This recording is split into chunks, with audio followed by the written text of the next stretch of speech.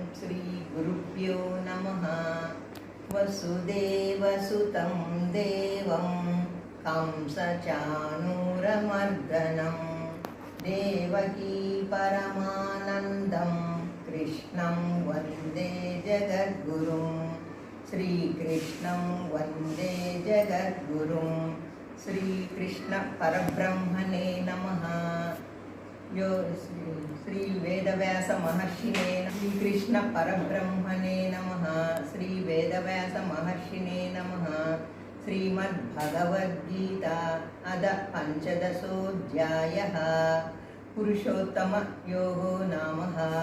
श्रीभगवानुवाच ऊर्ध्वमूलमदशाकम् अश्वत्थं प्राहुरव्ययम् छन्दांसि यस्य पर्णानि यस्तं वेद स वेदवित्।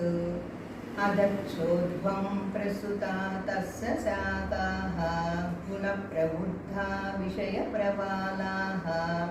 अदच्च मूलान्यनुसन्ततानि कर्मानुबन्धीनि मनुष्यलोके। न रूपमस्येह तदोपलभ्यते नान्तो न चादीर्न च सम्प्रतिष्ठा। अश्वत्थमेनं सुविरूढमूलम् असङ्गशस्त्रेण दृढेन चित्वा।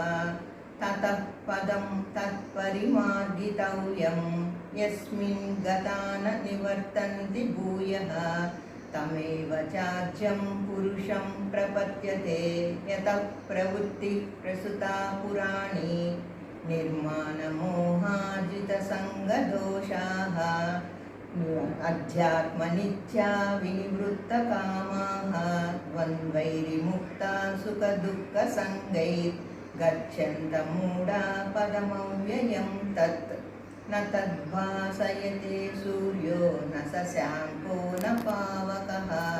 यद्गत्वा न निवर्तन्ते तद्धाम परमं मम। ममैवांशो जीवलोके जीवभूतसनातनः। मनःषष्ठानि इन्द्रियाणि प्रकृतिस्थानि कर्षति। शरीरं यदवाप्नोति यच्चाप्युत्क्रामतीश्वरः। गृहीत्वैतानि संयाति वायुर्गन्धानि निवासयात्। श्रोत्रं चक्षुस्पर्शनं रसनं घ्राणमेव च। अधिष्ठाय मनश्चायं विषयानुपसेवते। उत्क्रामन्तं स्थितं वापि पुञ्जानं वा गुणान्वितं। विमूढानानुपश्यन्ति पश्यन्ति ज्ञानचेतसः। विमूढानानुपश्यन्ति प्रकृतिनश्चैनं पश्यन्त्यात्मन्यवस्थितं। यतं तु प्रकृतात्मानो नैनं पश्यन्त चेतसः। यदादित्यगतं तेजो जगद्भासयतेऽखिलं।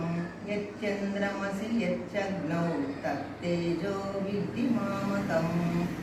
गामाविश्व च भूतानि धारयाम्यहमोजसः। पुष्णामि सौषधिः सर्वे सोमो भूत्वा रसात्मकः। अहं वैश्वानर भूत्वा प्राणिनां देहमाश्रितः। प्राणापानसमायुक्ता पचाम्यन्नं चतुर्विधम्। सर्वस्वचाहं हृदि सन्निविष्टो मतः श्रुतिर्ज्ञानमपोहनं च। वेदेच्च सर्वैरहमेव वेद्यो वेदान्तकृद्वेदविदेव चाख्यम्। द्राविमौ पुरुषं लोके क्षरक्षाक्षर एव च। क्षरः सर्वाणि भूतानि कूटस्थोऽक्षर उच्यते। उत्तमः पुरुषस्तन्या परमात्मेत्युदाहृतः। मा विश्व विभर्तव्यय ईश्वरः। यस्मादक्षरमतीतोऽहम् अक्षरादपि चोत्तमः। अतोऽस्मि लोके वेदे च प्रथितः पुरुषोत्तमः यो मामेवमसम्मूढो जानाति पुरुषोत्तमं स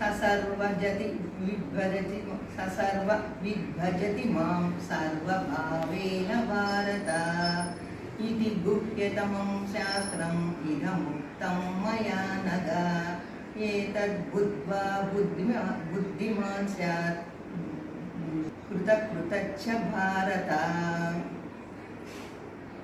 सदिति श्रीमद्भगवद्गीतासु उपनिषत्सु ब्रह्मविद्यायां योगशास्त्रे श्रीकृष्णार्जुनसंवादे पञ्चदशोऽध्यायः पुनःप्राप्तियोगो नाम। ॐ श्रीकृष्णार्पणमस्तु।